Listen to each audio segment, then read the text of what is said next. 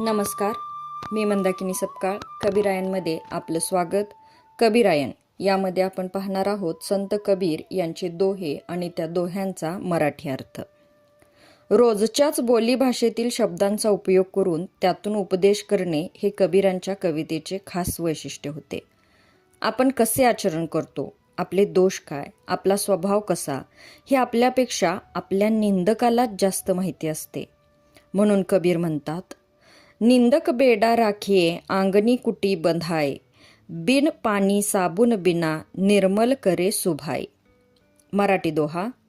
निंदकाला जवळी ठेवा अंगणात झोपडी बांधुनी, बिना पाणी साबण स्वभाव स्वच्छ होईल धुनी.